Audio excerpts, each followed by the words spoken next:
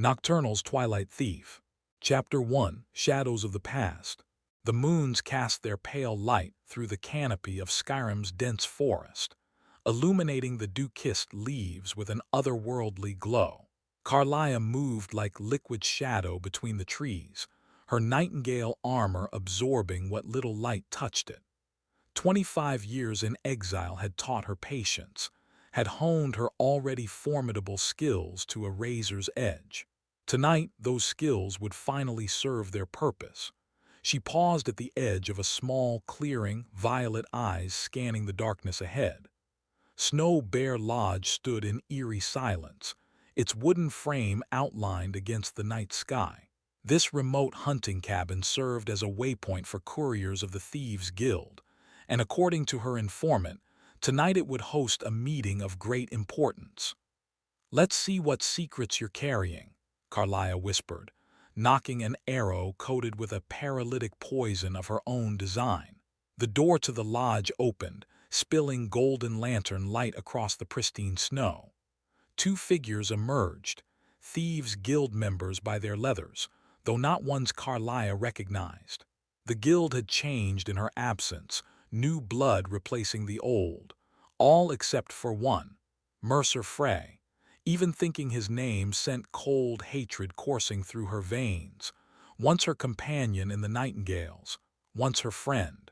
Now the man who had murdered Gallus, framed her for his death, and driven her into exile. The man who had stolen Nocturnal's skeleton key and severed the guild's connection to their patron Daedric Prince. She watched the couriers converse briefly before one headed north toward Windhelm, while the other began the journey west to Whiterun.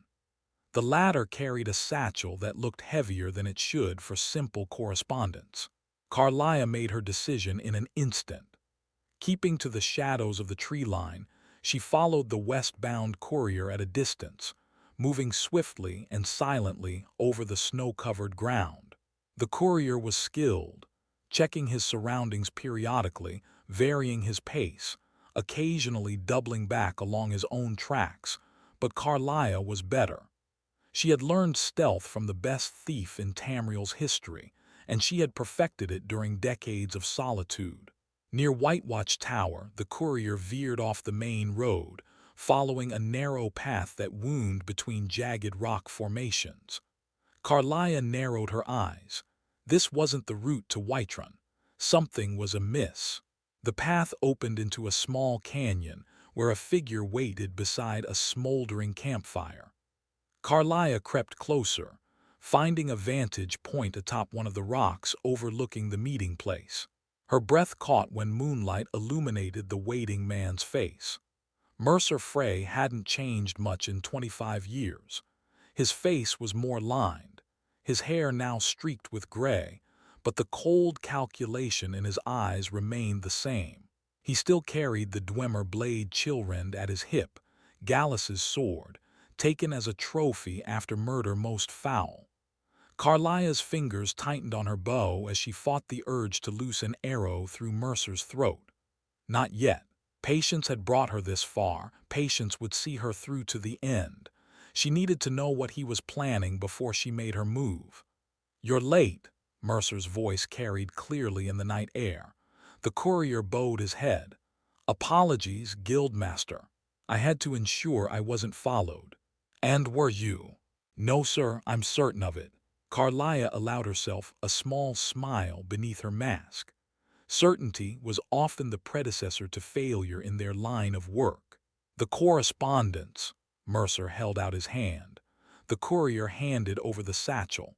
"Everything you requested from Enthier. The translations of Gallus's journal took some time. He said the language was obscure even for a Nightingale." Karliah's heart skipped a beat. Gallus's journal. She had thought it lost forever along with all evidence of Mercer's treachery. If it still existed. Mercer rifled through the satchel's contents, removing a bound leather book with faded pages. "And he's translated everything. All the locations." "Yes, Guildmaster. The locations of all 5 Twilight Shrines across Tamriel are marked, along with the rituals needed to open the passages." Excellent, Mercer tucked the journal inside his coat. You've done well. The guild appreciates your discretion in this matter. Thank you, sir. The courier shifted nervously. If I might ask, what's so important about these shrines? Mercer's laugh was cold and sharp as a blade. Curious are we? Very well. The Twilight Shrines are ancient pathways to Evergloam, Nocturnal's realm. Places where the barrier between worlds grows thin during certain celestial alignments. Like gates to oblivion, alarm tinged the courier's voice. Not quite so dramatic. These are doorways, discrete passages that have existed since before the First Empire. The Nightingales used them to commune with Nocturnal to receive her blessing directly. Mercer's eyes gleamed with avarice. But they can be used for so much more. More, sir.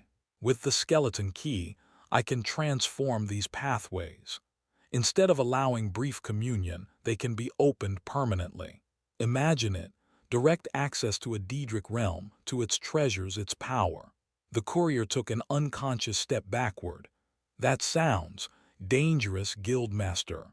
All worthwhile ventures involve risk, Mercer replied dismissively. The first alignment occurs in 3 days at the shrine near Falkreath. That will be the test. If successful, we'll proceed to the others. We, sir. Mercer's hand moved to Chilren's hilt. Did I say we? I misspoke. This is a personal endeavor, one that requires absolute secrecy. Which brings me to my final point. The realization of danger came too late for the courier. In one fluid motion, Mercer drew his blade and plunged it into the man's chest. The courier collapsed without a sound, dead before he hit the ground. No loose ends, Mercer said quietly, wiping his blade clean on the dead man's cloak. From her hiding place, Karliah's grip tightened on her bow until her knuckles whitened. It took every ounce of her willpower not to loose an arrow at that moment. But she remained still, watching as Mercer methodically searched the corpse, removing anything that might identify the man as a guild member before dragging the body toward a crevice in the canyon wall. Only when Mercer had disappeared from view did Karliah allow herself to breathe normally again. She had what she needed, knowledge of Mercer's plans and, more importantly, his destination. The Twilight Shrine near Falkreath in 3 days' time. She remembered it well. Gallus had taken her there during her initiation into the Nightingales. As she melted back into the forest shadows, Karliah's mind raced with implications. Mercer wasn't content with merely stealing the skeleton key. He planned to use it to breach Evergloam itself. The consequences of such an act were unimaginable. There was no time to waste. She needed to reach the shrine before Mercer, needed to prepare for his arrival. But first, she required aid, someone who knew the guild's current operations, someone who might listen to the truth about Gallus's murder after all these years. She needed Brynjolf. The city of Riffin hadn't changed much in 25 years. The same weathered wooden buildings clustered around the murky canal, the same smell of fish and stagnant water permeating the air. Even the guards still bore the same yellow uniforms, though their faces were different, younger, unrecognizing as Karliah slipped past them in the pale light of dawn. She had shed her Nightingale armor for simple traveler's clothes, her distinctive purple eyes concealed beneath a deep hood. The marketplace was just coming to life, vendors setting up their stalls for the day's trade. Karliah positioned herself near the blacksmith's forge, watching the main entrance to the city with practiced patience. Brynjolf would arrive soon if his habits remained unchanged. According to her sources, he had become Mercer's right hand in the guild, though he wasn't privy to the guildmaster's most sinister schemes. He still maintained his cover as a merchant in the marketplace, selling miracle elixirs and other dubious potions to unwary travelers. Sure enough, as the market square filled with shoppers, a tall Nord with fiery red hair appeared, setting up a stall near the center. Karliah studied him from a distance. Brynjolf had aged well, still carrying himself with the same easy confidence she remembered from the young thief who had joined the guild shortly before her exile. Approaching him directly would be too risky. Instead, she withdrew a small slip of parchment from her pocket, upon which she had written a simple message. "The Nightingales have not forgotten you. Midnight at the statue of Talos outside the city walls. Come alone if you wish to know the truth about Gallus." She purchased an apple from a nearby vendor, casually making her way through the crowd until she passed close to Brynjolf's stall. With practiced precision, she slipped the note into his pocket, continuing past without breaking stride. If he was half the thief she remembered, he would notice the intrusion immediately but would be professional enough not to react publicly. From the corner of her eye, she saw his hand move subtly to his pocket. Their eyes met briefly, confusion flickering across his features as he registered her unusual violet gaze, before she disappeared into the crowd. Now all she could do was wait, and hope that curiosity would overcome caution. The statue of Talos stood on a small hill overlooking Riffin, moss-covered and weathered by time. Karliah had resumed her Nightingale armor, though she kept the hood pulled low over her face as she waited in the shadows of a nearby pine. The moons were high when Brynjolf appeared, moving cautiously through the underbrush. He came alone as requested, but Karliah noted the way his hand never strayed far from the dagger at his belt. Good. Caution was appropriate. "I know you're there," Brynjolf called out, his voice carrying in the quiet night. "Show yourself." Karliah stepped from the shadows, allowing her hood to fall back, revealing her face in the moonlight. Brynjolf's eyes widened. "By the 8, Karliah." "It's been a long time, Brynjolf." His hand moved to his dagger. 25 years since you murdered Gallus and disappeared. Not long enough if you ask me." "I didn't kill Gallus," she said quietly. "Mercer did." Brynjolf's laugh was sharp and humorless. "And I'm the Emperor of Tamriel. Mercer was there, lass. He saw you cut Gallus down in cold blood. And you believed him without question, without evidence." Karliah shook her head. "The Brynjolf I knew was sharper than that. The evidence was clear enough. You fled. Innocent people don't run. They do when they're facing execution for a crime they didn't commit." Karliah took a careful step forward. "Think, Brynjolf. You've worked alongside Mercer for decades now. Haven't you ever questioned his methods, his secrets, the guild's declining fortunes under his leadership?" She saw uncertainty flicker in his eyes. "What are you implying? That Mercer has been systematically robbing the guild for years? That he murdered Gallus to cover up his theft of something far more valuable than gold? And what would that be?" Karliah drew a deep breath. "The skeleton key of Nocturnal." Brynjolf stared at her for a long moment before bursting into laughter. "Now I know you're mad. Daedric artifacts, Nocturnal herself.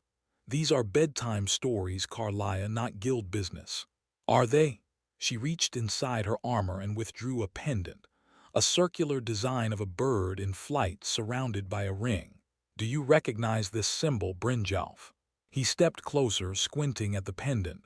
"It's the guild's shadow mark for protected, but altered somehow. It's the symbol of the Nightingales, a secret group within the guild that serves Nocturnal directly. Gallus was a Nightingale. So am I, and so was Mercer before he betrayed us all." Brynjolf's skepticism was plain on his face, but he hadn't walked away yet, which Karliah counted as progress. Mercer killed Gallus because Gallus discovered his theft of the skeleton key, an artifact that grants its wielder extraordinary abilities in our particular line of work. Without the key in its proper place, Nocturnal's blessing has been absent from the guild. Haven't you noticed how everything has gone wrong over the years? How the guild's influence has waned despite your best efforts?" A troubled look crossed Brynjolf's face. "There have been difficulties, bad luck following us like a curse." "Not luck, the absence of Nocturnal's influence. And now Mercer plans something even worse. Karliah explained what she had overheard at Snow Bear Lodge, the Twilight Shrines, Mercer's plan to breach Evergloam permanently. When she finished, Brynjolf was silent for a long time, his gaze distant as he processed her words. "That's quite a tale," he said finally, "and conveniently lacking in proof." "I have proof." Karliah reached into her pack and withdrew a leather-bound book. "This is Gallus's personal journal. I recovered it from his belongings after his death, before I fled. It details his suspicions about Mercer and the missing skeleton key. If that's true, why haven't you used it before now? Because it's written in Falmer language. Gallus was a scholar as well as a thief. He used the ancient tongue for security. I've spent years seeking someone who could translate it." She held the journal out to him. "But Mercer has found his own translator, it seems. The journal you saw him take from the courier was a copy, with full translations." Brynjolf hesitated, then accepted the book, turning it over in his hands. The pages were filled with flowing script in an unfamiliar language. "I can't read this." "No, but Inthier at the College of Winterhold can. He was a friend of Gallus and has been helping me translate it page by page. Go to him if you don't believe me. And what will you be doing while I'm verifying your fantastic story?"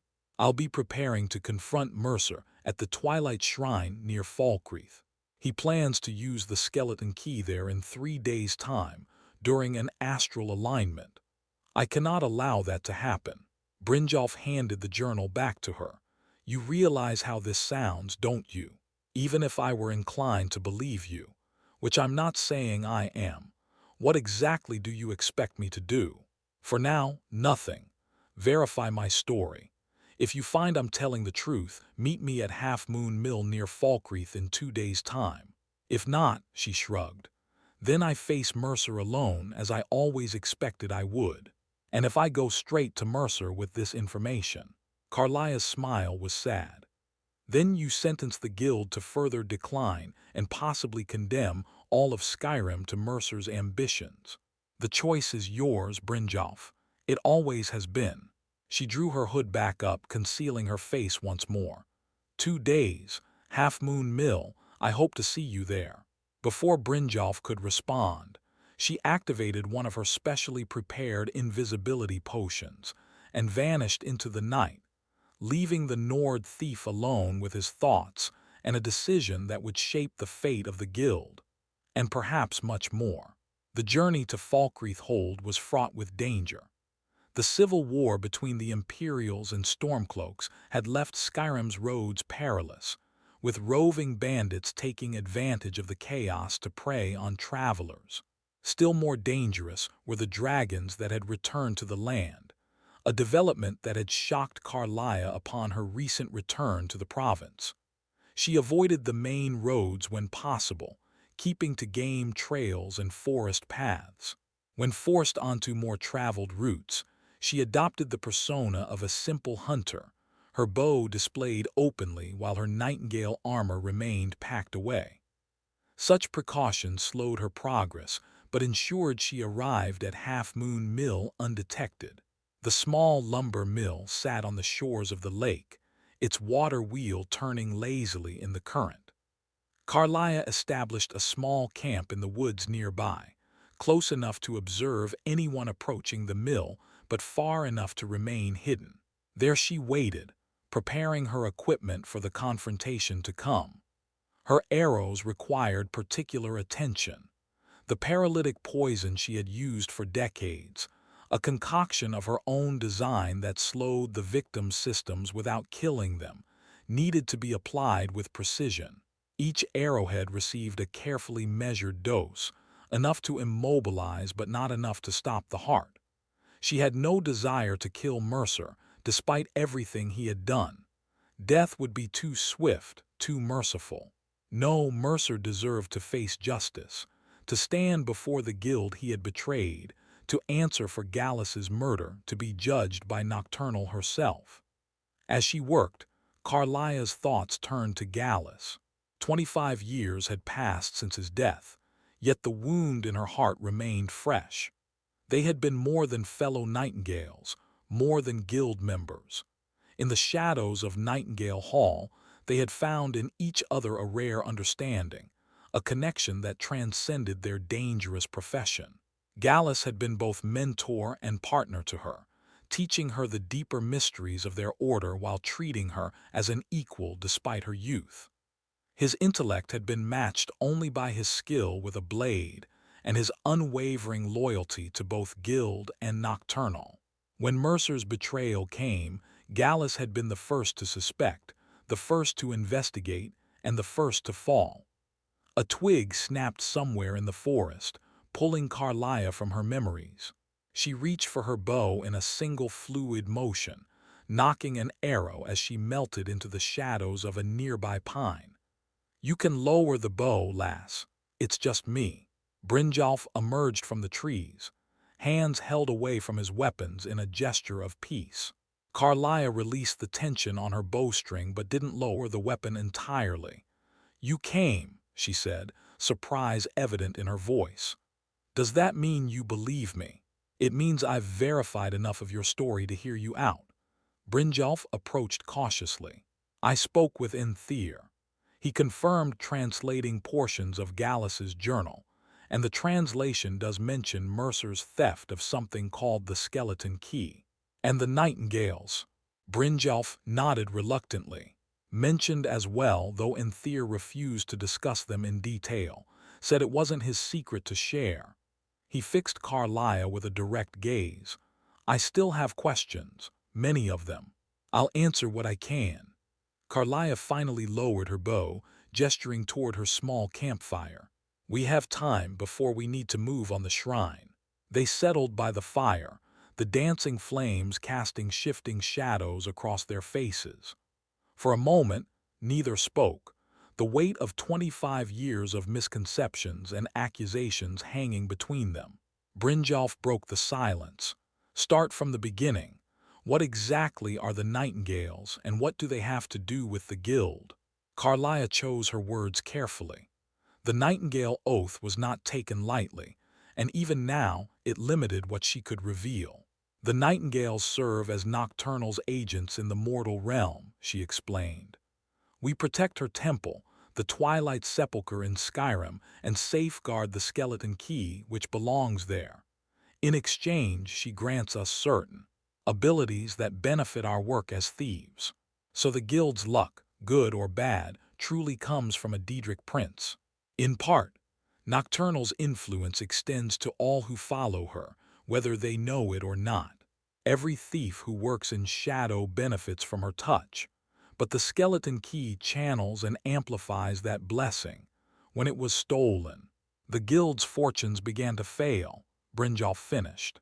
"And that coincides precisely with Gallus's death and your disappearance. Mercer's timing was no coincidence. He killed Gallus because Gallus discovered the theft. Then he framed me because I was the only other Nightingale who might realize what had happened." Karliah's voice remained steady, though the pain of those memories still cut deep. "I survived his attempt on my life, but barely. I've spent the last 25 years gathering evidence, waiting for the right moment to return. Why wait so long? Why not come forward sooner? Against the guildmaster's word, without proof, with the entire guild believing me to be Gallus's murderer." Karliah shook her head. "I would have been dead before I could speak 2 words in my defense." Brynjolf was silent for a moment, then nodded slowly. "Fair point. But now Mercer plans to use this key for something more than simple theft, according to what you overheard. The Twilight Shrines were created as communion points between our world and Evergloam. Nightingales would use them to speak directly with Nocturnal at certain times, to receive guidance or new directives. But they were never meant to be permanent passages. And Mercer intends to change that. With the skeleton key, yes. It can unlock any physical lock, but its true power lies in unlocking potential, breaking barriers that would otherwise be unbreakable, including, it seems, the barriers between realms. To what end? What does he gain by opening a permanent door to? Evergloam, did you call it? Karliah's expression darkened. Evergloam contains treasures beyond mortal understanding, knowledge, artifacts, power. But more concerning is what might come through from the other side. Nocturnal's realm is home to creatures of shadow that were never meant to walk Nirn. Brynjolf ran a hand through his red hair, sighing heavily. This is far beyond picking pockets and breaking into Manor's lass. It always was. Mercer's ambition has grown along with his power. The skeleton key has been corrupting him for 25 years, feeding his greed, his sense of entitlement. She leaned forward, her violet eyes reflecting the firelight. Tomorrow night, the celestial alignment will occur. Mercer will attempt to use the key at the Twilight Shrine. We must be there to stop him. What exactly is your plan? Mercer is a skilled fighter, perhaps the best in the guild. I won't confront him directly. My arrow will strike from shadow, coated with a paralytic poison that will render him immobile. Once he's incapacitated, we secure the key and return it to the Twilight Sepulcher. And then, Karliah's expression hardened. Then Mercer Frey faces the justice of the guild and of Nocturnal for his crimes. Brynjolf studied her for a long moment. You've planned this for decades, haven't you? Every day of my exile, every night as I lay awake remembering Gallus's face. She looked away. This isn't just about vengeance, Brynjolf. It's about restoration, of the guild's fortunes, of Nocturnal's artifact, of my own honor. I understand that now. Brynjolf extended his hand. I'm with you, lass. Let's bring this treacherous fetcher down. Karliah clasped his offered hand, feeling a weight lift from her shoulders, the first lessening of her burden in 25 long years of solitude. Thank you, Brynjolf. Your trust means more than you know. Don't thank me yet. We still have to face Mercer, and if half of what you've told me is true, it won't be an easy fight. No, Karliah agreed, releasing his hand to return to her preparation of arrows. But for the first time since Gallus fell, it's a fight I believe we can win. As night deepened around their small camp, they continued planning in hushed voices, preparing for a confrontation 2.5 decades in the making. Somewhere in the darkness, the moons climbed higher, their light filtering through the pines, a silent reminder that time was flowing inexorably toward their moment of truth. And in the shadows between worlds, where light never quite reached, something ancient and powerful stirred, aware that the balance between realms trembled on the edge of disruption. Chapter 2: The Twilight Shrine. The Falkreath forest grew darker and more oppressive as Karliah and Brynjolf ventured deeper into its ancient heart. Massive pines towered overhead, their dense canopy blocking out most of the afternoon sun. The air hung heavy with the scent of damp earth and decaying vegetation, occasionally pierced by the sweeter notes of mountain flowers growing in patches where sunlight managed to break through. Karliah moved with the silent grace of a shadow, her steps leaving barely a trace on the forest floor. Brynjolf followed, impressed despite himself at the Dunmer's woodcraft. In the guild, he was considered one of their stealthiest members, but compared to Karliah, he felt as conspicuous as a drunken Nord at an Altmer tea ceremony. "We're close now," Karliah whispered, pausing to examine markings on a moss-covered stone that looked, to Brynjolf's untrained eye, like natural wear patterns. "The shrine lies just beyond that ridge. Have you given any more thought to what happens if your arrow misses?" Brynjolf asked quietly. "Or if Mercer brought company?" Karliah's violet eyes flashed in the dim light. "My arrow won't miss. But if something goes wrong—" She withdrew a small vial containing a swirling black-purple liquid from her belt pouch. "Drink this." Brynjolf accepted the vial cautiously. "And this is a special invisibility potion, my own formula. It will last longer than standard potions, and includes a silencing effect. For a quick escape if things go sour, Brynjolf concluded, tucking the vial into his own pouch. Let's hope it doesn't come to that. They continued in silence, climbing the gentle slope of the ridge. At its peak, they crouched among the undergrowth, looking down into a small, secluded valley. There, half embedded in the hillside opposite them, stood a structure of ancient stone, clearly Nordish in design, but predating even the oldest tombs Brynjolf had seen. The entrance resembled a simple archway, flanked by worn statues of ravens. Before it lay a circular platform of fitted stone, its surface etched with intricate patterns that spiraled inward toward a central dais. The entire structure radiated an aura of forgotten power, of secrets long undisturbed. "The Twilight Shrine," Karliah whispered reverently. "One of 5 across Tamriel, each built where the barriers between Nirn and Evergloam grow naturally thin." "Looks abandoned," Brynjolf observed. "No sign of Mercer yet." "He'll come. The alignment begins at midnight." Karliah scanned the surrounding forest with practiced eyes. "We should prepare, find vantage points, plan escape routes." They spent the remaining daylight hours setting the stage for their ambush. Karliah selected a position high in a pine overlooking the shrine, a perfect sniper's nest with multiple clear shots to the central dais, where Mercer would need to stand. Brynjolf chose concealment behind a cluster of boulders near the shrine's entrance, positioned to cut off retreat if necessary. As dusk fell, they shared a simple meal of dried meat and hard bread, eating quickly and in silence. The forest around them grew quiet as well, as if the local wildlife sensed the coming confrontation and had wisely chosen to depart. "Tell me about him," Brynjolf said suddenly. "Gallus. What was he like?" Karliah looked surprised by the question, but after a moment's hesitation, she answered. "Gallus Desidenius was the finest guildmaster the Thieves' Guild ever had. Brilliant, honorable, at least by our standards, and respected by everyone from the lowliest pickpocket to the Shadow herself." A softness entered her voice that Brynjolf had not heard before. He believed that thieves could have a code, that we could be more than common bandits.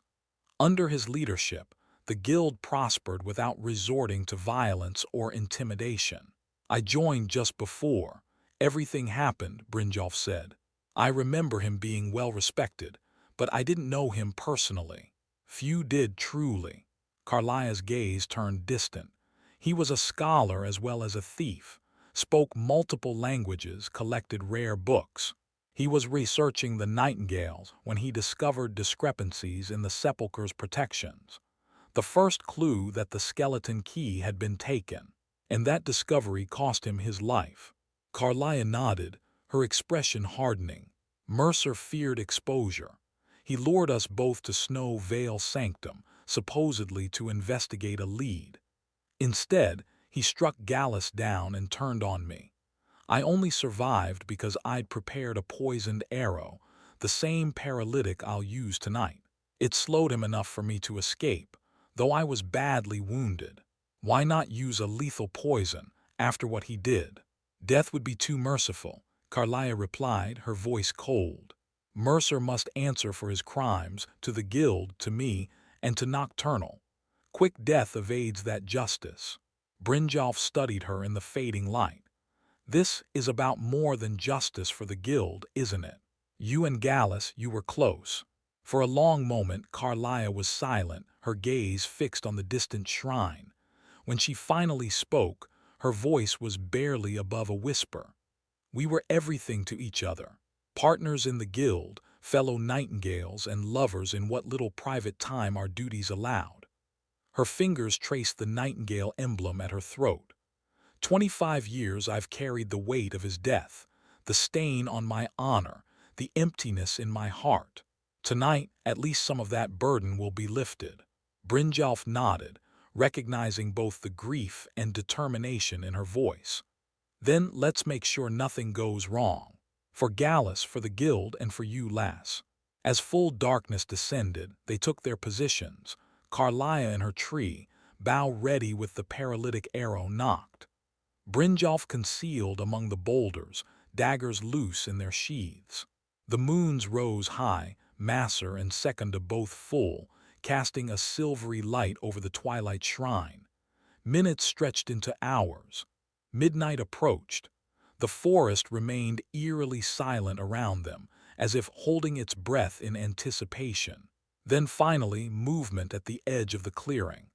A lone figure approached, Mercer Frey, his guild master armor gleaming dully in the moonlight. He carried a torch in one hand, its flame casting strange, dancing shadows across the ancient stones. Karliah shifted slightly in her perch, drawing her bowstring back with practiced precision. She had a clear shot as Mercer stepped onto the circular platform, but she held her fire. They needed to be certain he had the skeleton key with him. Below, Mercer placed his torch in a holder at the edge of the platform and moved to the central dais. He stood motionless for a moment, head tilted back as if gauging the position of the moons. Then, apparently satisfied, he reached into his armor and withdrew an object. The skeleton key caught the moonlight and seemed to absorb it, its surface darker than the night around it. Not black but a void, an absence of color that hurt the eyes to look upon directly. Its shape was simple, merely that of an ornate key, yet it radiated power that could be felt even at a distance. Mercer knelt at the center of the dais and inserted the key into what appeared to be a simple crack in the stone. He turned it with a swift motion, and the effect was immediate. The etchings in the platform stones began to glow with an otherworldly purple light, the spiraling patterns illuminating one by one, flowing inward toward Mercer. The air above the dais shimmered and distorted, like heat rising from sun-baked stone, but with a cold luminescence that cast strange shadows. Karliah took aim, her breath steady, her focus absolute. The paralytic arrow would fly true. She had practiced this shot 1,000 times in her mind. She released the bowstring. At the exact moment of release, Mercer shifted position. Whether warned by some sixth sense or simply changing his stance for the ritual, he moved just enough that the arrow struck his shoulder rather than his chest as intended. The paralytic would still work, but more slowly with the reduced dosage. Mercer's head snapped up, his hand flying to the arrow shaft. "Karliah," he snarled, recognizing the distinctive fletching. His eyes scanned the tree line, quickly finding her position despite her concealment. In that instant, Karliah knew their carefully laid plan had gone awry. Mercer had spotted her before the poison could fully take effect. "Now, Brynjolf," she called, knocking another arrow. Brynjolf burst from his hiding place, daggers drawn, charging across the platform toward Mercer. But the guild master was already moving, his movements sluggish from the poison but still dangerously effective. He yanked the skeleton key from the stone crevice and rolled away from Brynjolf's first strike. The patterns of light on the platform began to flicker and destabilize without the key's presence. The shimmering distortion in the air pulsed erratically, sending waves of cold energy outward. "Too late," Mercer growled, his voice slurred slightly from the poison's effect. "The process has begun. The barrier is weakening." Karliah fired again, but Mercer, despite his impaired state, managed to deflect the arrow with Chilren's blade. She cursed under her breath and began to descend from her perch. This was quickly becoming a direct confrontation, exactly what she had hoped to avoid. Brynjolf pressed his attack, his daggers a blur as he drove Mercer back toward the shrine entrance. Despite the poison slowing his reactions, Mercer parried most blows with disturbing skill. "You don't understand what you're interfering with," Mercer spat at Brynjolf. "The power beyond that barrier, it could make the guild greater than ever before. Save it for someone who hasn't heard about you murdering Gallus," Brynjolf retorted, feinting low and then slashing high. The blade caught Mercer's cheek, drawing a thin line of blood. Mercer's expression contorted with fury. Gallus was a fool, satisfied with trinkets and coin purses when the true wealth of oblivion lay within our reach. He gestured to the shimmering air above the dais, which was now rippling like water disturbed by an unseen touch. Look at it, Brynjolf, a gateway to power beyond your imagination. The only thing I'm looking at is a traitor and a murderer, Brynjolf replied coldly. Karliah reached the ground and moved toward the platform. Another arrow knocked. She circled wide, trying to find an angle where Brynjolf wouldn't be in her line of fire. The shrine began to tremble slightly, small stones and dust raining from the archway. The distortion in the air grew more pronounced, the purple light pulsing with increasing intensity. Something was happening, something beyond what Mercer had intended. "The barrier," Karliah called out. "It's becoming unstable." He removed the key too abruptly. Mercer's eyes widened as he, too, realized that the situation was slipping beyond his control. He looked from the pulsing distortion to the skeleton key in his hand, indecision flickering across his features. That moment of distraction was all Brynjolf needed. He lunged forward, plunging one dagger into Mercer's already injured shoulder while his other hand grasped for the skeleton key. Mercer howled in pain and rage. With surprising strength for one affected by the paralytic, he struck Brynjolf with the pommel of Chillrend, sending the Nord staggering backward. Blood flowed freely from his wounded shoulder, but Mercer still clutched the skeleton key tightly. "Enough of this," he snarled, backing toward the shrine entrance. "You want the key so badly, come and claim it if you survive what's coming through." With that, he turned and fled into the dark passage of the shrine, disappearing from view. Brynjolf moved to pursue but was halted by Karliah's urgent cry. "Brynjolf, wait, look." The distortion above the dais had coalesced into something more defined, a tear in the fabric of reality, through which glimpses of another realm could be seen. Evergloam, Nocturnal's shadowy domain. The tear was widening, its edges pulsing with unstable energy, and something was emerging. It began as merely a deeper darkness within the tear, a silhouette without definite form. Then it solidified, taking shape as it pushed through the weakened barrier between worlds.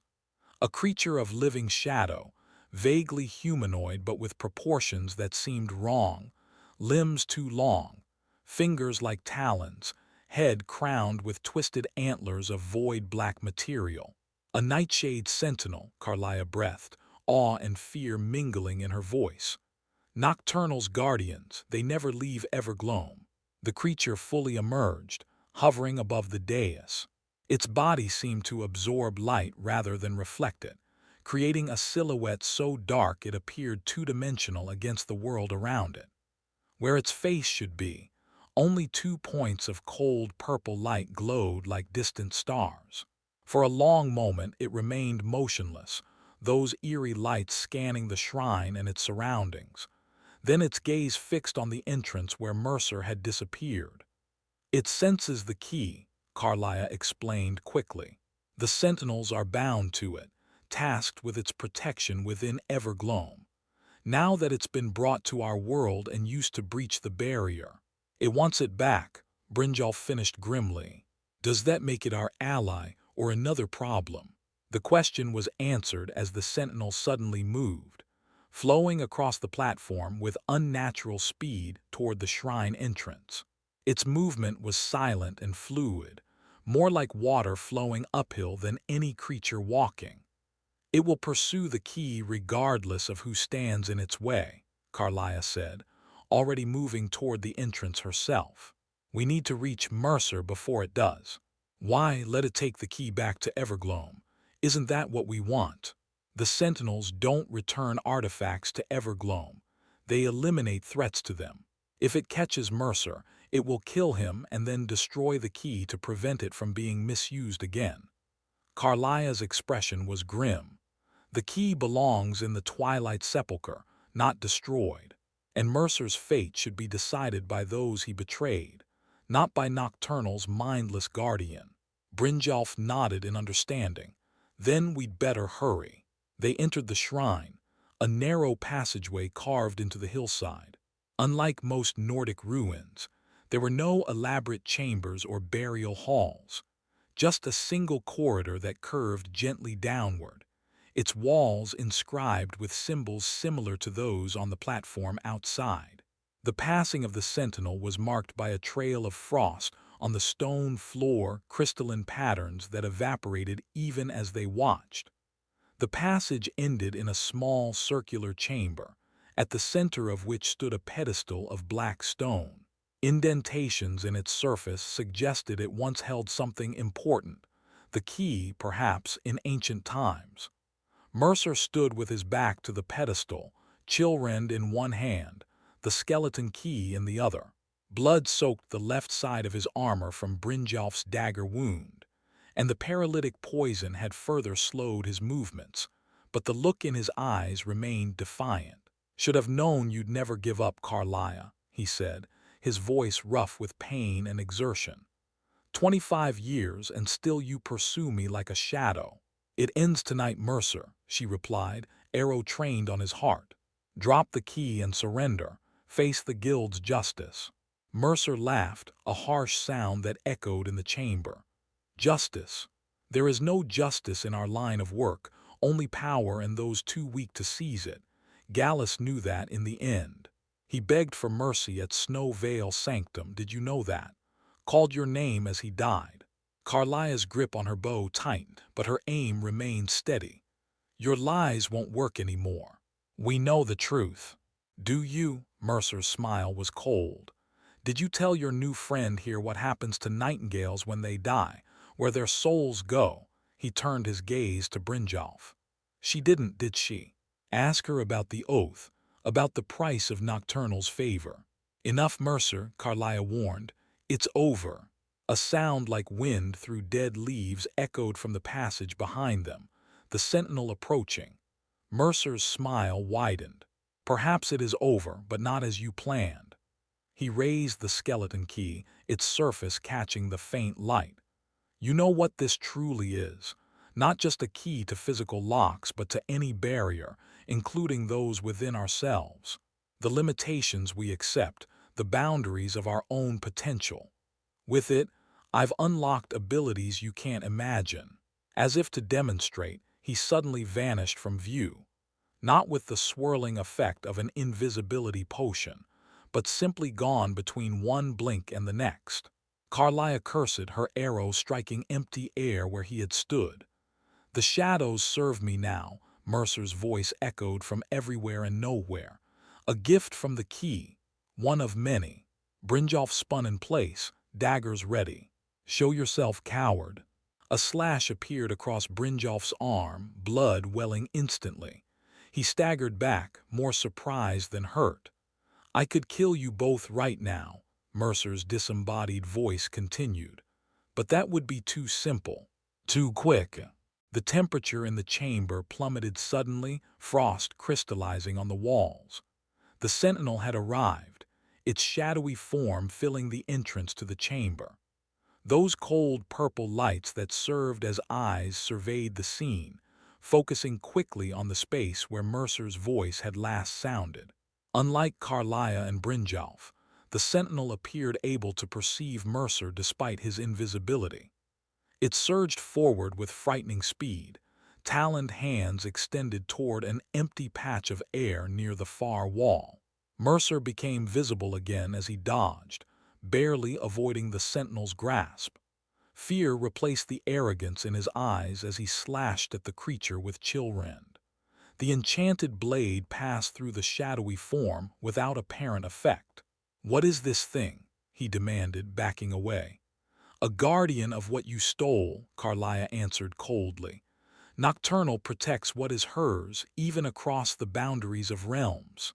The sentinel pressed its attack, forcing Mercer to retreat around the perimeter of the chamber. Where its talons scraped the stone walls, frost spread in intricate patterns, beautiful and deadly.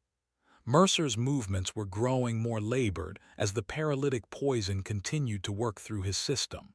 His face had lost color and sweat beaded on his brow despite the unnatural cold.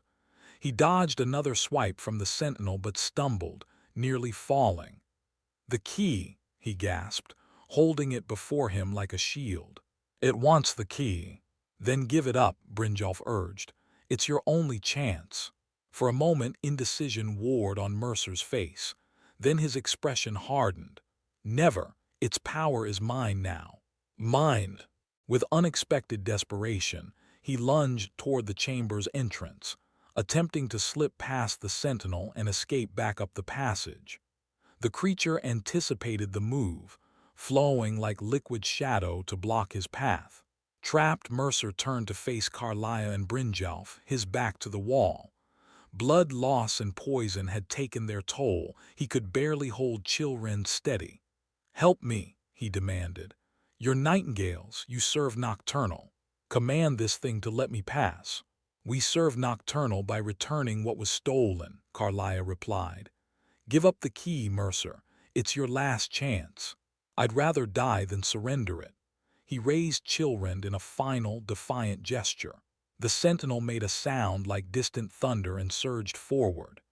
This time, Mercer was too slow to evade.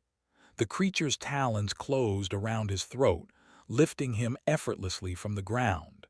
Frost spread across his skin from the points of contact, his face contorting in agony. "Wait," Karliah called out, stepping forward. "The key belongs in the sepulcher, not destroyed." The sentinel paused, those cold purple lights turning toward her. For a moment it seemed to consider her words. Then, with deliberate slowness, its free hand extended toward Mercer's clenched fist, which still held the skeleton key. Mercer struggled weakly, but the paralytic had finally taken full effect. His fingers opened involuntarily, and the key fell, clattering on the stone floor. The sentinel released Mercer, who collapsed in a heap, gasping for breath. The creature bent to retrieve the key, its shadowy substance seeming to flow around the artifact rather than touch it directly. "Karliah," Brynjolf whispered urgently, "if it takes the key back to Evergloam." She nodded, understanding his concern.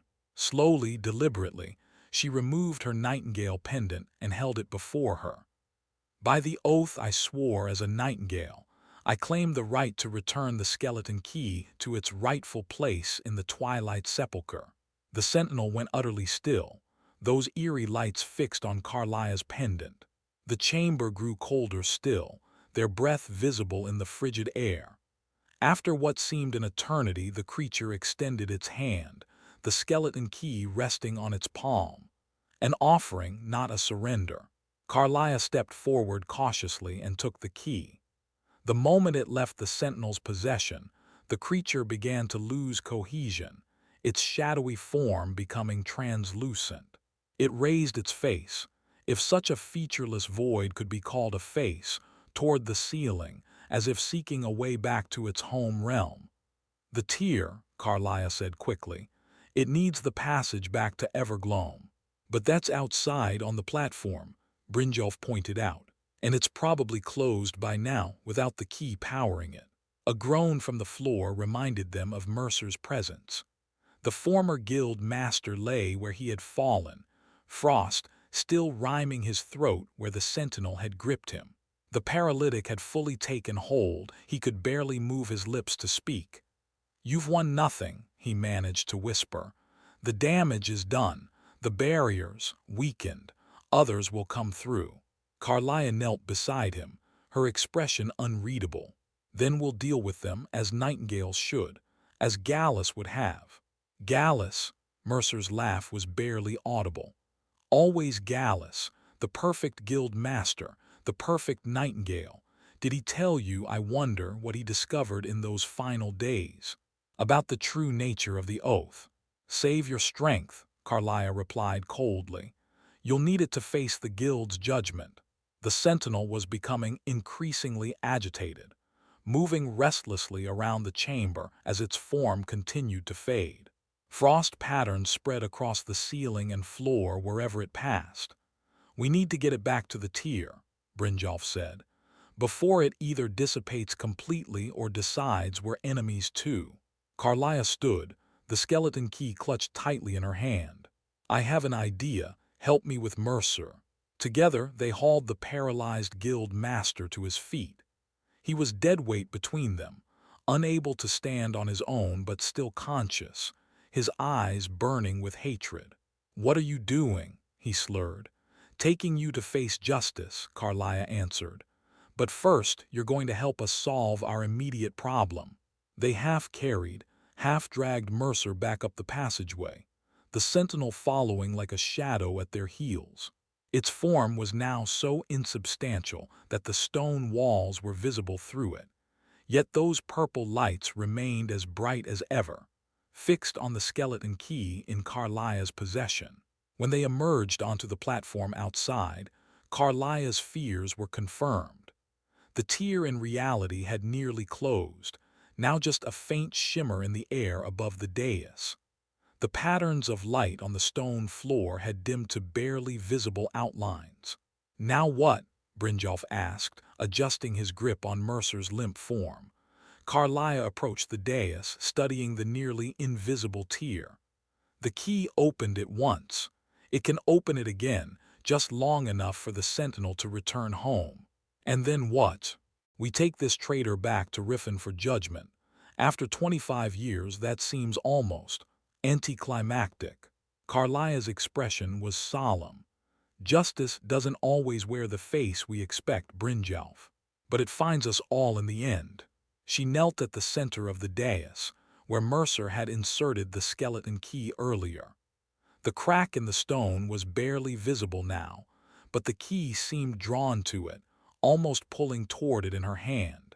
"Stand back," she warned, "and keep hold of him." Brynjolf nodded, maintaining his grip on Mercer while moving to the edge of the platform. The sentinel hovered nearby, its form growing fainter by the moment. Karliah inserted the skeleton key into the crack and turned it with a swift motion. The effect was immediate and far more intense than before. The patterns in the stone blazed to life, their purple light almost blinding in its intensity. The tier above the dais ripped open wide, revealing glimpses of a twilight realm beyond. Shadowy landscapes under a perpetual dusk sky, distant towers of black stone, and paths that seemed to fold impossibly upon themselves. Evergloam in all its alien beauty. The sentinel's form solidified instantly, drawing strength from the proximity to its home realm.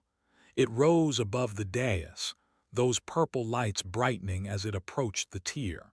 Before entering, it turned once more toward Karliah and inclined its head in what seemed almost like acknowledgement or thanks.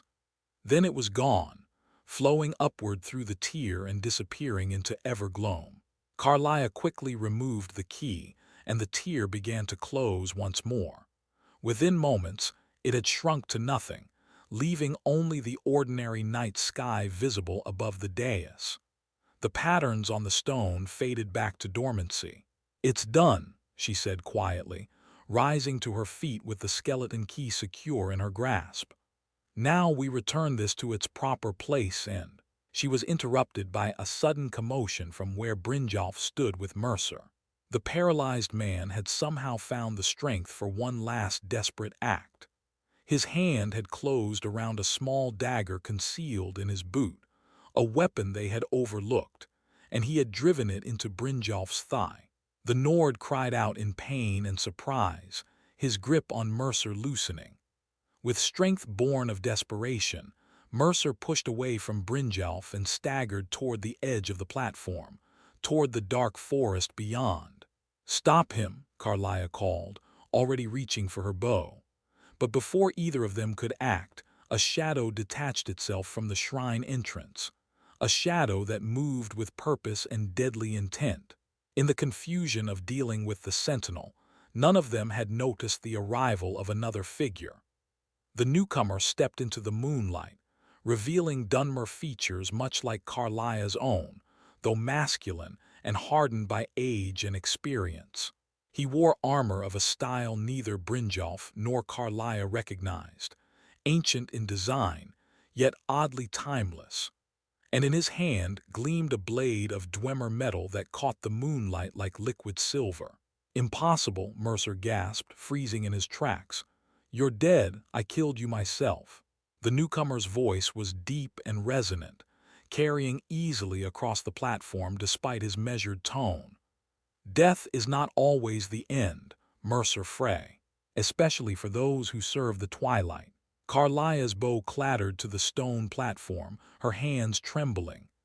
"Gallus," she whispered, her voice breaking on the name. The figure inclined his head slightly but kept his eyes fixed on Mercer. "In a manner of speaking. Not alive as you understand it, but not gone either. The oath binds Nightingales to Evergloam even after death." "A shade," Mercer spat, though fear had replaced the hatred in his eyes. "A phantom from oblivion. A sentinel of a different kind," Gallus corrected. "Nocturnal has many servants, Mercer. Some in life, some in death. When you weaken the barrier between worlds, you open the way for more than just the sentinel you encountered." Mercer's eyes darted frantically between Gallus, Karliah, and the surrounding forest, seeking any avenue of escape. The paralytic was wearing off but slowly, leaving him unsteady and vulnerable. "You can't touch me," he said, his bravado undermined by the tremor in his voice. "You're not really here." Gallus took a step forward, his blade catching the moonlight. "Not fully, no, but enough to fulfill my purpose." He looked to Karliah, his expression softening momentarily. "The key belongs in the sepulcher. It must be returned." Karliah nodded, tears shining in her violet eyes. "I'll take it there. I swear it." "I know you will."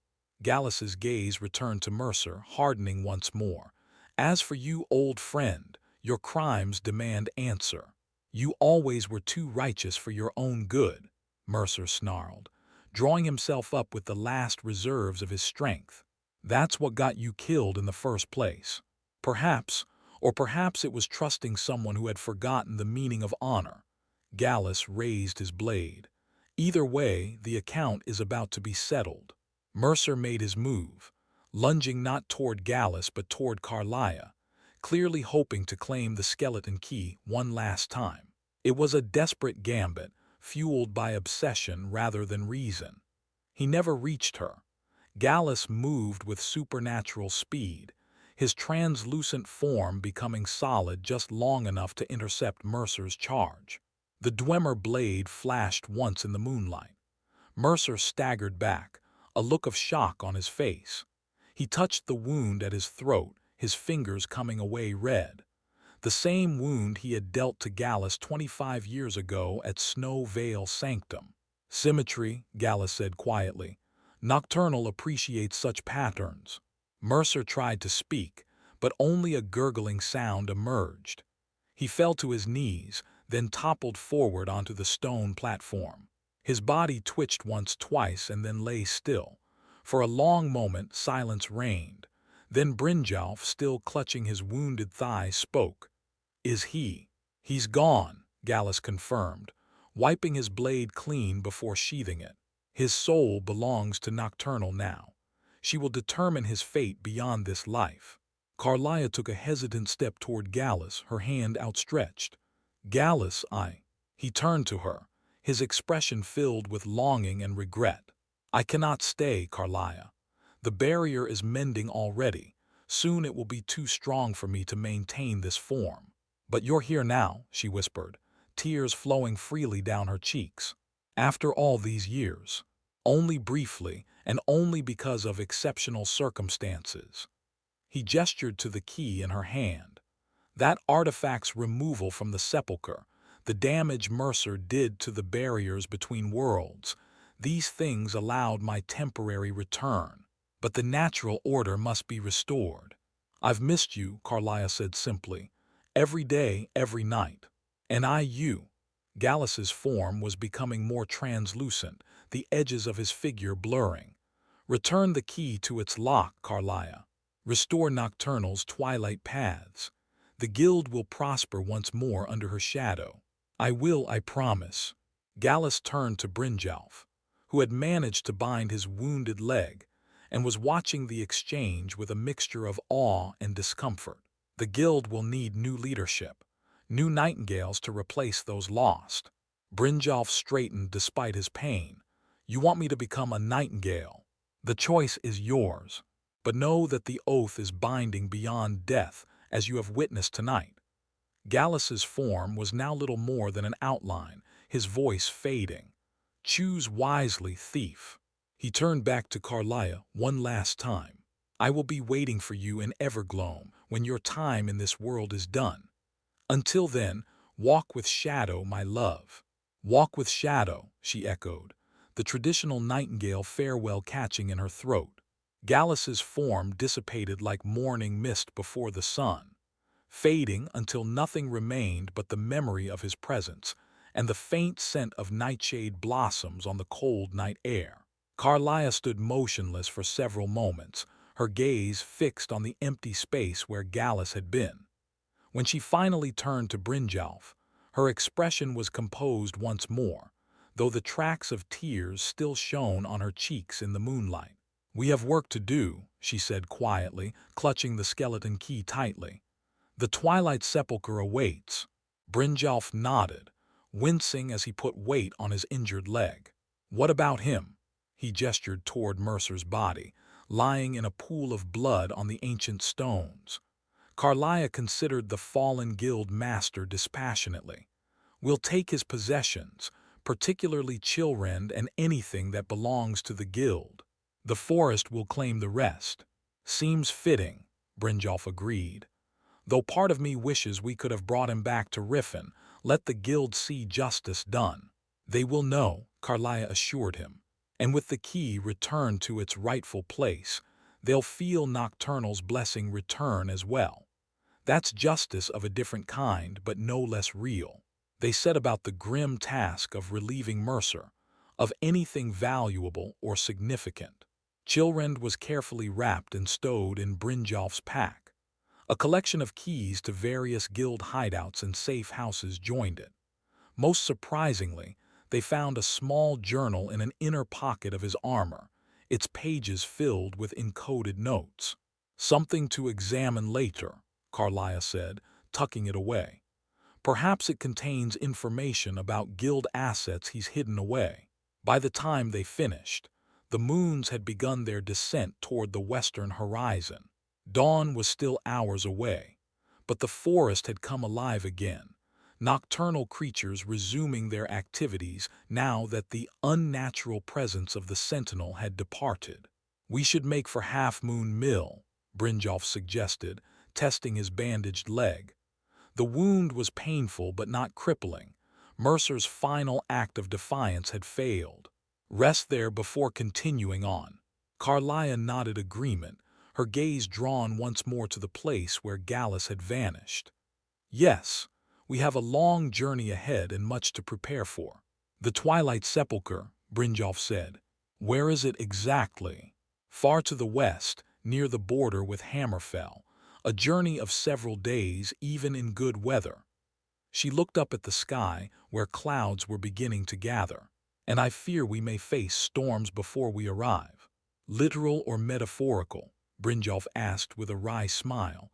Karliah's answering smile was tinged with sadness. Both, I suspect.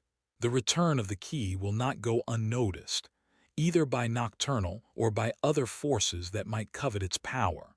As if to emphasize her words, a distant rumble of thunder sounded from the western mountains. The breeze that had been gentle all night suddenly strengthened, carrying with it the scent of rain. Then we'd best get moving, Brynjolf said, shouldering his pack. The sooner the key is back where it belongs, the sooner we can put this whole bloody business behind us. But as they left the Twilight Shrine, making their way through the darkened forest, Karliah knew that nothing would truly be behind them. The path of a Nightingale was circular, not linear, always returning to Shadow, to service, to Nocturnal herself. Mercer had tried to break that circle and had paid the ultimate price. Gallus had honored it even beyond death. And now, with the skeleton key secure in her possession after 25 years of searching, Karliah faced the completion of her own circle and the beginning of a new one. The guild would be restored. New Nightingales would be called to serve. The balance would be maintained. As for her own fate, she glanced down at the key, its surface seeming to absorb the faint moonlight filtering through the trees. Gallus waited in Evergloam. One day, when her mortal journey ended, she would join him there, fulfilling the final clause of the Nightingale Oath. But not yet. There was still work to be done in the world of the living, justice to complete, wrongs to right, shadows to embrace. "Are you coming, lass?" Brynjolf called from ahead, having outpaced her while she was lost in thought. "Yes," Karliah replied, tucking the key securely away and quickening her steps. "I'm right behind you." Together, they disappeared into the deeper shadows of the forest, leaving behind the ancient shrine and all that had transpired there. Above them, the moons continued their eternal dance across the sky, casting silver light on the path ahead, a path that would lead them west, to the Twilight Sepulcher, and to the conclusion of a quest 25 years in the making. Chapter 3: The Twilight Sepulcher. Dawn broke over the pine forests of Falkreath, pale golden light filtering through the morning mist that clung to the valleys. In the modest cabin at Half Moon Mill, Karliah stood by the window, the skeleton key resting in her palm. She had slept little during the night, her mind too full of what had transpired at the Twilight Shrine and of Gallus. His appearance, however brief, had shaken her to her core. For 25 years, she had carried her grief like armor, using it to shield herself from the world while simultaneously drawing strength from it. To see him again, to hear his voice, it had been both a blessing and a cruel reminder of all she had lost. "You're up early." Brynjolf's voice came from behind her. He limped to the window, favoring his injured leg but moving more easily than the night before.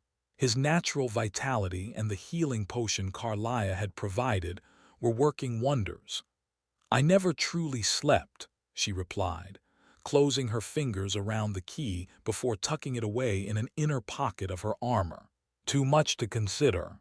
Brynjolf leaned against the window frame, studying her profile in the dawn light. He seemed at peace. "Gallus, I mean." Karliah's expression softened slightly. "As much as anyone can be, bound to Evergloam for eternity." She turned to face him fully.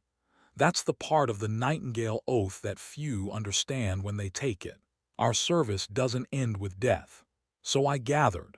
Brynjolf ran a hand through his red hair, disheveled from sleep. "Yet you're still committed to this path." "More than ever." Her violet eyes held absolute certainty.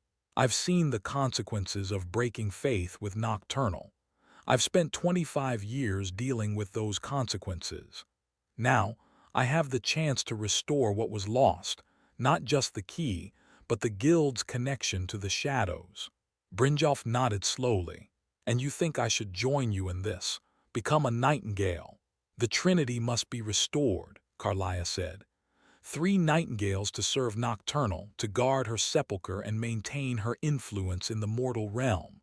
With Gallus gone and Mercer fallen, 2 new Nightingales must be called. "2?" Brynjolf raised an eyebrow. "You have someone else in mind already?" "Potentially. There's a member of the guild, relatively new but exceptionally skilled. Joined shortly after you sent word to me about Mercer's plans. The Breton, yes, she's proven herself capable." Brynjolf looked thoughtful. "Unusual background for a thief, though. Rumor has it she's the Dragonborn. All the more reason to bind her to our cause. Her skills would be invaluable, and her destiny already marks her as someone who walks between worlds." Karliah moved away from the window, gathering her equipment with practiced efficiency. "But that's a matter for later. First, we must secure the Twilight Sepulcher and return the key to its lock. You mentioned it's west of here, near the Hammerfell border." Brynjolf checked his own gear, ensuring his daggers were sharp and his potions secure. That's a journey of several days, across some of the most dangerous terrain in Skyrim. 4 days if we maintain a good pace and avoid trouble. Karliah slung her bow across her back. We'll follow the road to Rorikstead, then cut southwest through the mountains. The final approach is tricky. The sepulcher is hidden within a ravine that seems impassable at first glance. Deliberately hard to find, I take it. Nocturnal values secrecy above all else. Karliah offered him a rare smile. It's in her nature. They departed Half Moon Mill as the sun cleared the eastern mountains, bathing the pine forest in clear morning light. Their hostess, a quiet woman named Hurt who asked no questions about their blood-stained arrival the previous night, provided them with supplies for the journey, accepting Karliah's payment with a nod and a knowing look that suggested she recognized fellow travelers of the shadows. The road west from Falkreath meandered through dense forest before opening into the broader plains of Whiterun Hold. They maintained a brisk pace, speaking little, each occupied with their own thoughts. Brynjolf found himself reflecting on what he had witnessed at the Twilight Shrine, the tier between worlds, the Sentinel, Gallus's spectral appearance, and what it meant for his future if he accepted the Nightingale oath. To bind one's soul to a Daedric Prince for eternity. It was no small commitment. Yet he had dedicated his life to the guild already, had risen through its ranks based on skill and loyalty. Was this truly so different, or merely the formalization of a relationship that already existed in practice? As the sun reached its zenith, they paused briefly near a small stream to rest and eat. Karliah perched on a boulder, scanning their surroundings with habitual vigilance as she nibbled on bread and dried meat. "You said the guild's luck would improve once the key is returned," Brynjolf said, breaking the companionable silence. "How exactly does that work? Does Nocturnal actively intervene in our affairs?" Karliah considered the question thoughtfully. "Not directly, no. It's more subtle than that. Shadow bends more willingly to conceal us. Locks yield more easily to our touch. Marks become less observant as we pick their pockets." She gestured to the dappled shadows beneath the trees. "Luck is too simple a word. It's more like alignment. We align ourselves with Shadow, and Shadow favors us in return. And when the key was stolen, the alignment was broken. Shadow no longer recognized us as its own." Karliah's expression darkened with memory. "You've seen the results. Jobs failing, clients abandoning us, the guild's reputation tarnished. Even the Ratway, our home for centuries, becoming infested with lowlifes who would never have dared enter in better days." Brynjolf nodded grimly. He had witnessed the guild's decline firsthand, had fought against it with every resource at his disposal. To learn that it stemmed not from bad management or changing times, but from a mystical imbalance was both frustrating and oddly relieving. At least now they could address the true cause. "And what of Mercer's personal fortune?" he asked. "He must have amassed considerable wealth over the years, skimming from the guild and using the key for his own heists." "Undoubtedly." Karliah withdrew Mercer's journal from her pack, turning it in her hands. "This may provide answers once we decrypt it. His estate in Riffin should also be investigated. Whatever he stole belongs rightfully to the guild, another wrong we must right." They resumed their journey, following the road as it wound westward across the tundra of Whiterun Hold. By late afternoon, they spotted the silhouette of Dragonsreach rising in the distance. "We should skirt around Whiterun," Karliah advised. "The city guard might recognize you, and we can't afford delays." Brynjolf agreed, and they veered south, following a less traveled path that would take them toward Rorikstead without approaching the city.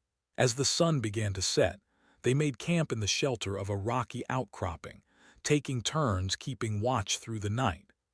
Dawn brought low clouds and a chill wind from the north. They broke camp quickly and continued west, the terrain gradually changing from open tundra to rockier, more elevated ground as they approached the edge of the reach.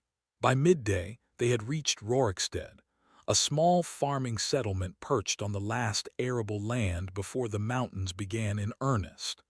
They paused only long enough to replenish their supplies, paying premium prices to avoid haggling that might draw attention. The locals seemed distracted by rumors of dragon sightings in the nearby hills, which worked to Karliah and Brynjolf's advantage, allowing them to pass through with minimal notice. From Rorikstead, they abandoned the road, striking southwest across increasingly rugged terrain. The mountains of the Reach loomed before them, their jagged peaks disappearing into the low clouds. This was forsworn territory, wild land claimed by the native Bretons who resisted Nordic rule. Caution would be essential. Stay low, move quietly, and avoid the marked paths, Karliah advised as they entered a narrow ravine. The forsworn marked their territories with distinctive totems, human skulls and feathers mostly. If you see those, we're too close to their camps. Brynjolf nodded, his hand drifting to his daggers as his eyes scanned the cliff tops above them. I've dealt with them before. Vicious fighters, especially their Briarhearts. Their shamanic traditions border on necromancy, Karliah agreed. But they're also deeply connected to the natural world, to the old magic of the land. In some ways, not unlike the Nightingales, though they serve different masters. They proceeded carefully, using natural features for cover and freezing in place whenever they heard the distant sounds of movement. Once, they were forced to backtrack and find an alternate route when they spotted forsworn sentries atop a ridge ahead. Another time, they crouched motionless in the shadow of a boulder for nearly an hour as a forsworn hunting party passed nearby, the warriors' elaborate headdresses visible occasionally through gaps in the underbrush. By nightfall, they had penetrated deep into the mountains. Rather than risk a fire that might attract attention, they made a cold camp in a sheltered overhang, eating dried rations and sharing a bottle of Alta wine to ward off the chill. We're making good time, Karliah said quietly, studying a hand-drawn map by the dim light of a carefully hooded lantern. Another day's travel should bring us to the approach of the Sepulcher. Brynjolf leaned closer to examine the map, his shoulder brushing against hers. That ravine looks narrow, easy to defend but also easy to get trapped in. By design, the final approach is a test of sorts. Only those who understand shadow can pass safely. She traced the path with her finger. There are guardian spirits that patrol the ravine, sentinels much like the one we encountered at the shrine, but smaller, less substantial. They'll ignore those who belong, but attack any who don't. And how do they determine who belongs? Karliah smiled faintly. You'll be with me, that's enough for now. The night passed without incident, though both slept lightly, alert to any sound that might indicate discovery.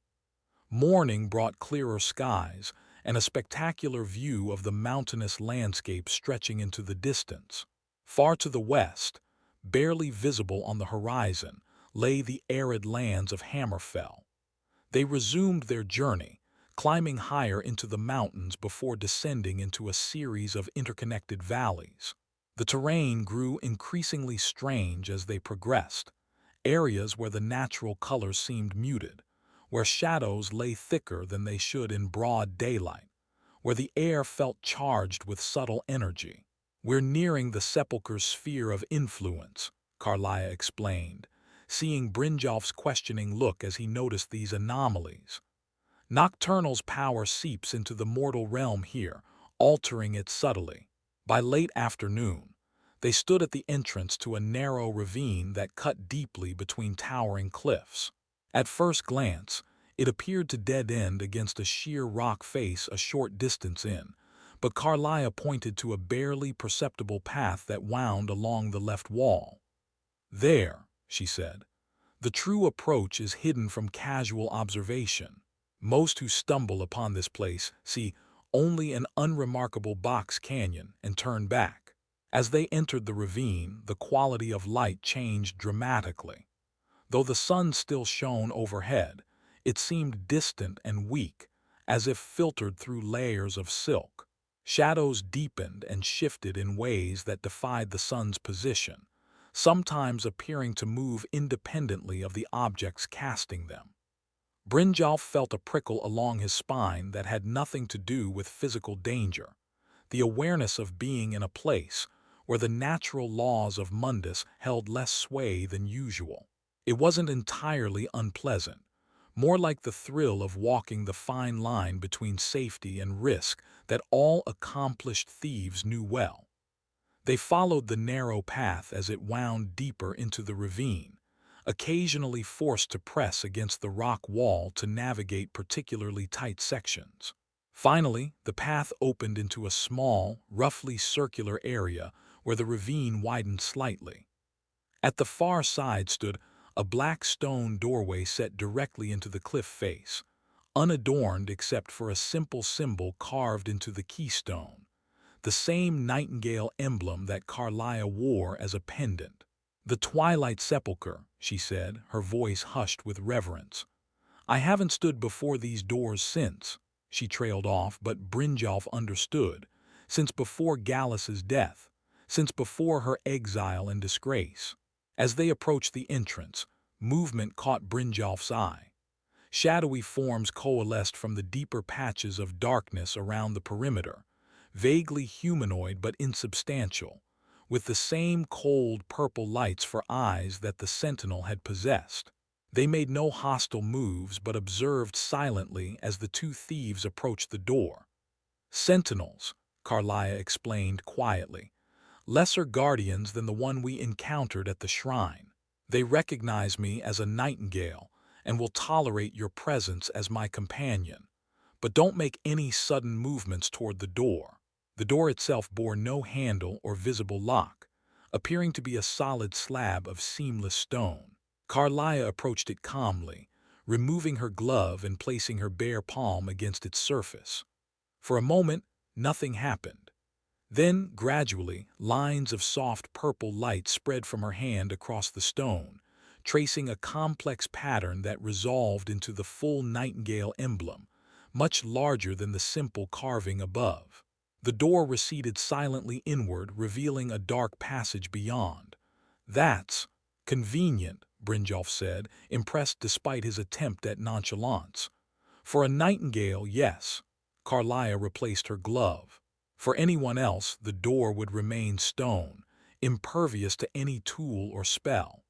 Even the skeleton key cannot open it from the outside, one of the protections Nocturnal put in place." They entered the sepulchre, the door closing automatically behind them. The passage was dark but not pitch black. Faint blue-purple light emanated from crystalline growths along the walls, providing just enough illumination to navigate by. The air was cool and still, carrying a subtle scent reminiscent of night-blooming flowers. "Stay close," Karliah cautioned. "The inner chambers are designed to disorient intruders." The passage descended gently, curving in a way that soon made it impossible to tell which direction they were heading. Occasionally, it opened into small chambers where the crystalline growths were more abundant, casting their ethereal light across ancient stone architecture, unlike anything seen commonly in Skyrim. The style was neither Nordic nor Dwemer, neither Aelid nor Falmer. It seemed to belong to no known civilization, its curves and angles subtly unsettling to the mortal eye. After what felt like an hour of walking, though Brynjolf suspected time flowed differently here, they emerged into a much larger chamber. A vast, domed ceiling arched overhead, its apex lost in shadow despite the bioluminescent crystals that grew in abundance along the walls. At the center of the chamber stood a circular dais similar to the one at the Twilight Shrine, but larger and more elaborate. Its surface bore the same spiraling patterns, though here they were inlaid with some black material that seemed to absorb light rather than reflect it. Beyond the dais, at the far end of the chamber, stood what could only be described as a shrine. A large circular opening in the wall framed a view not of the expected rock face beyond, but of an impossible twilight landscape, the same glimpse of Evergloam they had seen when the tier opened at the shrine. Before this portal stood a pedestal of the same black stone as the door, its top surface designed with a distinctive indentation. "The Ebonmere," Karliah said, her voice hushed with awe. "The direct conduit between our realm and Nocturnal's. It has been sealed since Mercer stole the key." Brynjolf stared at the portal, transfixed by the alien landscape visible through it. That's a permanent connection to oblivion. Right here in Skyrim. It's more controlled than it appears. Without the key in its lock, the connection is dormant, a window, not a door. Once restored, it allows Nocturnal's influence to flow into our world, but strictly regulated, strictly contained. As they approached the dais, movement caught Brynjolf's attention once more. From the shadows at the edges of the chamber, figures emerged, more substantial than the sentinels outside, but still hovering between corporeal and incorporeal. Their forms were cloaked and hooded, bearing a striking resemblance to Karliah's Nightingale armor, though their substance seemed composed of shadow given temporary solidity. With a jolt, Brynjolf recognized one of them as Gallus, the same spectral form they had encountered at the Twilight Shrine. The others were unknown to him, presumably Nightingales from earlier eras who now served in death as they had in life. "The Twilight Guardians," Karliah explained, acknowledging the apparitions with a respectful inclination of her head. "Nightingales who chose to remain in the sepulcher after death, guarding the Ebonmere for eternity rather than serving Nocturnal in her realm." "Is that preferable?" Brynjolf asked hesitantly. "It's a choice each Nightingale makes when their mortal life ends. Service in Evergloam or guardianship here, both honor the oath." She glanced at Gallus's spectral form. "Most choose Evergloam. Some feel a stronger connection to the mortal realm and remain." The Guardians formed a loose circle around the dais, observing silently as Karliah approached the pedestal before the Ebonmere. She removed the skeleton key from its secure place within her armor, holding it reverently in both hands. "When I place the key in its lock, the Ebonmere will fully reopen," she explained to Brynjolf. "Nocturnal's presence will be felt strongly. Do not be alarmed." With that warning, she stepped onto the dais and walked with measured pace to the pedestal. The Guardians bowed their hooded heads as she passed, a gesture of respect for the Nightingale who had recovered their sacred artifact after so long. Karliah stood before the pedestal, the key extended in her hands. "Lady Nocturnal, Queen of Murk, Empress of Shadow," she intoned formally. "I return what was stolen, restore what was broken, and renew the ancient bond between your realm and ours." She placed the skeleton key into the indentation on the pedestal. It fit perfectly, like a key sliding home in a well-oiled lock, which in essence it was. For a moment nothing happened. Then the key began to rotate by itself, turning slowly until it completed a full revolution. The effect was immediate and dramatic. The patterns on the dais blazed to life with intense purple light. The view of Evergloam through the Ebonmere sharpened and deepened, becoming more substantive, more real. The air in the chamber stirred, carrying the scent of night-blooming flowers and something else, something ancient and otherworldly. And then she appeared, not within the chamber itself, but visible through the Ebonmere, a figure composed of shadow and twilight, feminine in form but clearly beyond mortal conception. Raven's feathers adorned her shoulders, and her face, though beautiful in its way, held an alienness that marked her as Daedric royalty. Her eyes, when they opened, were like looking into the night sky of another world. Nocturnal, the night mistress herself, Her voice filled the chamber, though it seemed to bypass physical sound entirely, resonating directly within their minds. My skeleton key has been returned, and with it, the conduit between our realms restored. The dark goddess's attention focused on Karliah. You have done well, Nightingale. Your dedication has not gone unnoticed, nor will it go unrewarded. Karliah knelt on the dais, her head bowed. I live to serve Lady Nocturnal. The restoration of the key fulfills my oath and honors the memory of those who fell protecting it. Indeed, Nocturnal's gaze shifted to Brynjolf, who found himself unable to move under the weight of her attention. And you have brought a candidate to restore the Trinity. Step forward, thief. Brynjolf approached the dais on legs that didn't feel entirely his own.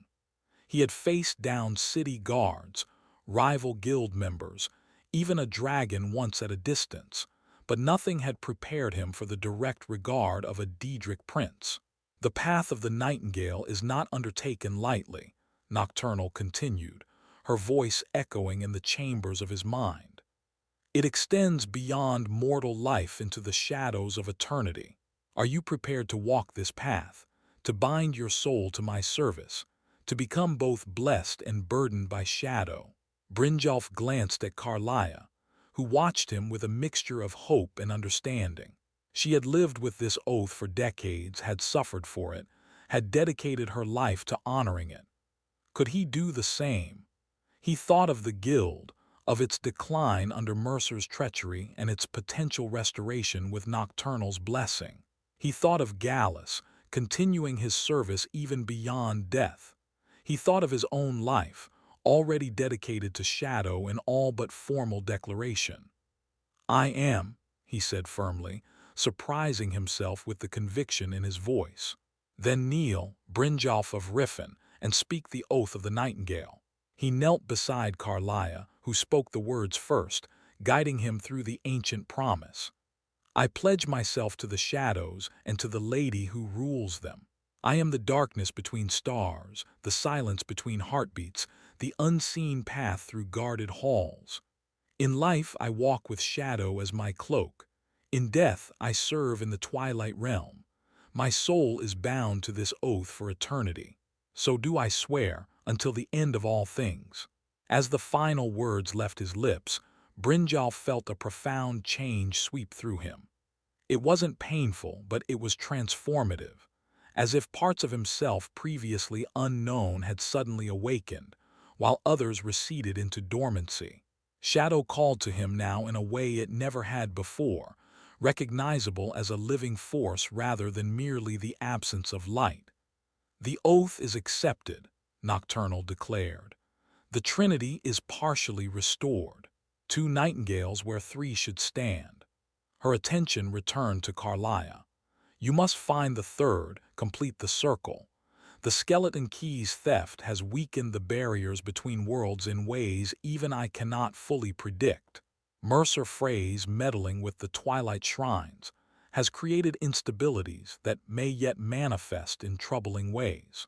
We have a candidate in mind, my lady, Karliah replied.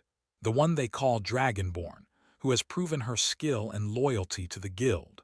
Nocturnal seemed to consider this, her form shifting subtly within the Ebonmere. A soul already touched by divine purpose. Interesting. Bring her here, test her worthiness. If she accepts the oath willingly, the Trinity will be complete once more. It will be done, Lady Nocturnal. See that it is. The Daedric Prince's form began to fade from view, merging with the twilight landscape of Evergloam. The conduit is restored. My blessing returns to those who walk in shadow.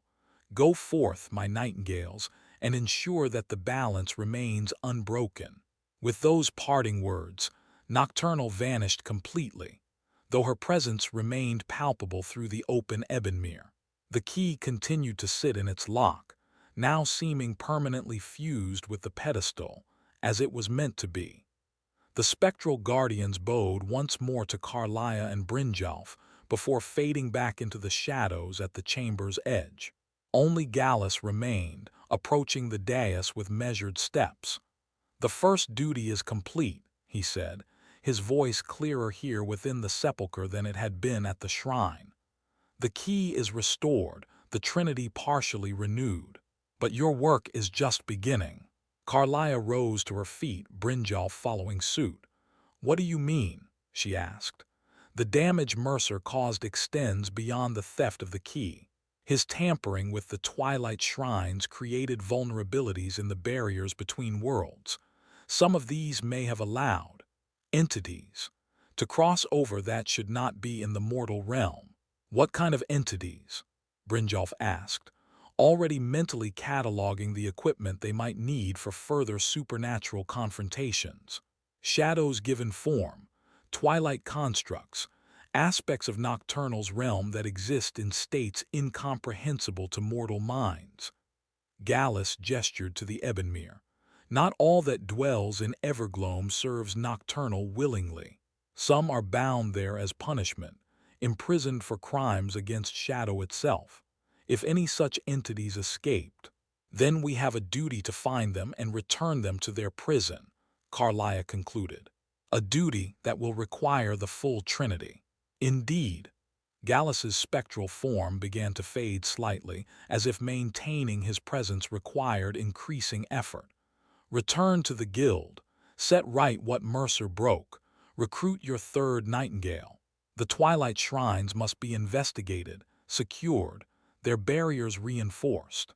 Brynjolf nodded decisively. "Consider it done. I'll send word to our Breton friend immediately upon our return to Riffin. She walks a difficult path already, with the burden of Dragonborn upon her shoulders," Gallus cautioned. "Be certain she understands what the Nightingale oath entails before she commits her soul to it." "We will," Karliah promised. She reached toward Gallus, though her hand passed through his insubstantial form. "Will you remain here as a guardian?"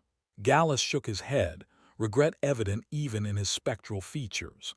"My place is in Evergloam, at Nocturnal's side. I was permitted this temporary manifestation to aid in the key's return, but that task is complete." His form grew fainter still. "I must return to the Twilight Realm. But know that I will be watching over you, Karliah, as I always have. And I will join you there when my time comes," she replied softly. "I know." His voice faded to little more than a whisper. "Until then, walk with Shadow." "Walk with Shadow," Karliah and Brynjolf responded in unison. Gallus's form dissipated completely, leaving them alone in the vast chamber with only the soft glow of the crystals and the shimmering Ebonmere for company. Brynjolf turned to Karliah, seeing the mixture of accomplishment and sorrow in her expression.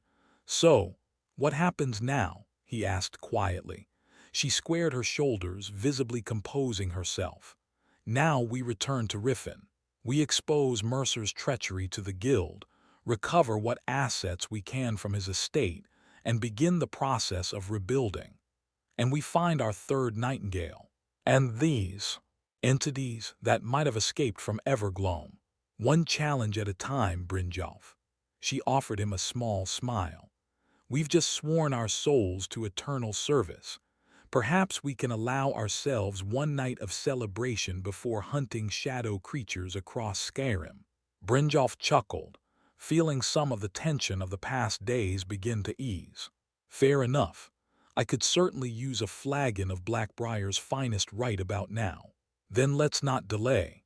Karliah cast one last look at the Ebonmere, its soft light illuminating her features. "Our oath is sworn, our path is set. The skeleton key is home at last, and Gallus can rest in peace, knowing his murder has been avenged and his legacy secured. And the guild will prosper once more," Brynjolf added, "with Nocturnal's blessing returned to us." Together, they made their way back through the winding passages of the Twilight Sepulcher, emerging eventually into the ravine where they had entered. The sentinels that had watched their arrival now bowed deeply as they passed, acknowledging them as sworn Nightingales rather than merely visitors. The sky overhead had changed completely. Night had fallen while they were inside. the stars blazing with uncommon brightness against the dark canvas of the heavens. Mercer and Secunda hung low on the horizon, casting their silver-gold light across the mountainous landscape. As they began the long journey back to Riffin, Brynjolf found himself more attuned to the shadows around them, more aware of the subtle movements of darkness between trees, beneath rocks, along the contours of the land. The oath had changed him, opened his perception to aspects of the world he had never truly noticed before. And somewhere in the Twilight realm, beyond the boundaries of mortal existence, Nocturnal watched her newly restored Nightingales begin their journey home. The balance was returning, slowly but surely. The Trinity would soon be complete again. The skeleton key was secured in its rightful place, but the echoes of Mercer's betrayal still resonated through both realms, creating ripples that would need to be addressed. Entities that should never walk Nirn had found their way through weakened barriers. Twilight shrines across Tamriel remained vulnerable to further tampering. The work of the Nightingales was far from complete. Indeed, for Karliah and Brynjolf, it was just beginning.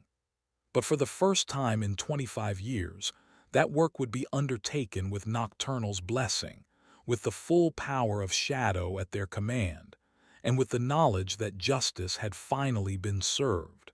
The shadows lengthened as they walked, seeming to reach out toward them in recognition and respect. And if those shadows concealed them more perfectly than natural darkness should, if they moved with slightly more purpose than mere absence of light, well, that was simply the first manifestation of Nocturnal's renewed blessing. The Nightingales had returned. The shadows welcomed them home.